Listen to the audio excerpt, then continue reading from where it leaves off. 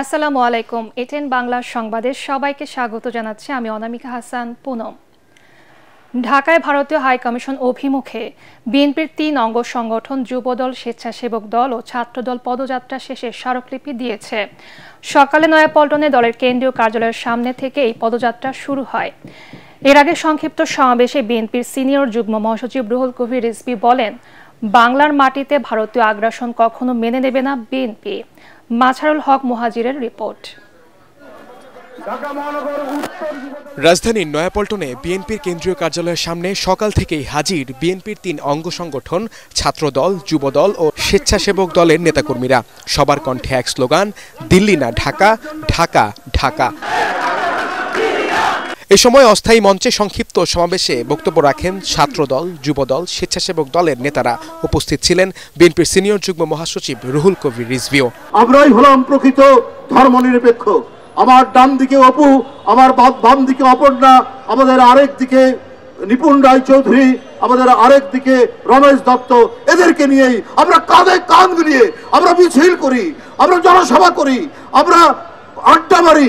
এই দেশ বাংলাদেশ, এই দেশকে আপনি মিথ্যা কলঙ্ক দিয়ে আমাদের এখানকার সম্প্রীতি, সাম্প্রদায়িক সম্প্রীতি এবং হাজার বছরের আমাদের যে ভ্রাতৃত্ববোধ, এই ভ্রাতৃত্ববোধকে ওই শুভেন্দুরা, ওই কি বলে যে ভারতের শাসক গোষ্ঠী, এটাকে ম্লান করতে পারবে না। পরে ভারতীয় হাইকমিশনের দিকে যাত্রা শুরু করে সবাই। নয়াপল্টনে সংক্ষিপ্ত সমাবেশ শেষে রামপুরা রোড হয়ে ভারতীয় দূতাবাস অভিমুখে যাত্রা শুরু করেছে বিএনপির ছাত্রদল, যুবদল এবং স্বেচ্ছাসেবক দলের নেতাকর্মীরা। এর আগে দলের সিনিয়র যুগ্ম মহাসচিব ভারতীয় আগ্রাসনের বিরুদ্ধে সবাইকে রুখে দেওয়ার আহ্বান জানিয়ে তিনি বলেন, ভারতীয় আগ্রাসনের বিরুদ্ধে বিএনপি শুরু থেকেই প্রস্তুত ছিল এবং সবসময় প্রস্তুত থাকবে। রামপুরা ব্রিজের সিদ্ধান্ত হয় স্মারকলিপি দিতে দলের ৬ জন প্রতিনিধি যাবেন ভারতীয় হাইকমিশনে। ভারত যদি তাদের আচরণ পরিবর্তন না করে তাহলে বিএনপির পক্ষ থেকে কঠোর আন্দোলনে নামার হুঁশিয়ারি দেন দলটির নেতারা। উগ্রপন্থী কিছু সংগঠন রয়েছে যারা বারবার এই বাংলাদেশের পতাকা অপমান করেছে এবং যে সকল মিডিয়া প্রতিনিয়ত প্রপাগান্ডা ছড়িয়ে যাচ্ছে, আমরা আহ্বান জানাচ্ছি আজকের এই স্মারকলিপি প্রদানের পর তারা দৃষ্টান্তমূলক অবস্থান গ্রহণ করবে। ভারতের আগরতলায় তারা যে ন্যাক্কারজনক ঘটনা ঘটেছে, আমরা তার নিন্দা জানিয়ে আমরা প্রতিবাদ করছি।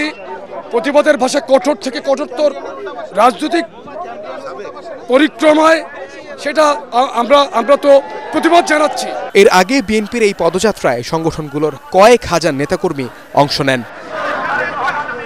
মাছারুল হক মুহাজির, এটিএন বাংলা, ঢাকা।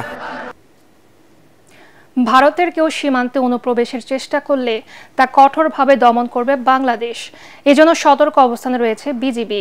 এমন হুঁশিয়ারি দিয়ে স্বরাষ্ট্র উপদেষ্টা জানিয়েছেন, দুদেশের সম্পর্ক উন্নয়নের সরকারি পর্যায়ে আলোচনা চলছে। সচিবালয় আইন শৃঙ্খলা পরিস্থিতি নিয়ে বৈঠক শেষে তিনি বলেন, 31st নাইট উপলক্ষে মদের বার বন্ধ থাকবে, নিষিদ্ধ থাকবে আতশবাজি এবং ফানুস উড়ানো।